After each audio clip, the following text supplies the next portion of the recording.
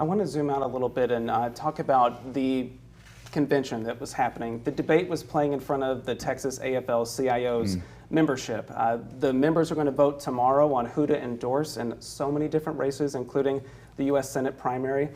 Both James Talarico and Jasmine Crockett have gotten endorsements from that union throughout their entire political career, and now they're going against each other. So, Angel, whenever you're thinking about that context, I mean, how meaningful would an endorsement from the AFL-CIO be for one of them? I mean, it's everything, right? Really? Yeah, I mean, these are the unions, right? These are the folks that are going to come out and block walk.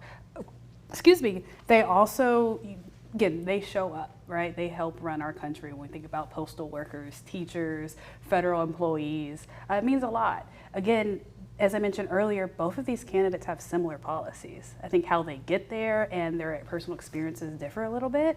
I really look forward to seeing what that decision comes. Yeah, it'll be so interesting to see what happens, especially because those same people have voted for both of them in different perspectives. And Luke, can you talk about, too, what does a candidate do without that endorsement? Should they move forward?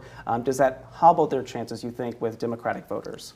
I mean, I think there's a world where the AFL-CIO endorses both candidates. I think there's, it'll be interesting to see. I'm sure there's conversation happening in the room right now as we speak about who to endorse. And, both candidates have strong records on fighting for the working class. And I think what we've seen is that one of the biggest, stories coming out of 2024 and one of the biggest questions for 2026 is, can Democrats advocate to the working class and help win back some of the working class voters that we lost in 2024? And so I think the endorsement process does really matter. It's really significant, and it's going to be interesting to see what they decide.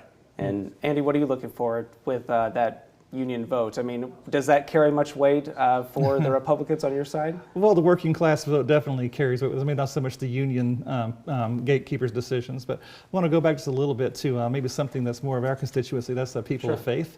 And as someone with a lot in common with James Talarico, lay ministry, I've studied a little bit, and I'm also involved in politics. They asked, hey, that whole love thy neighbor thing, is that enough? Are you going to fight?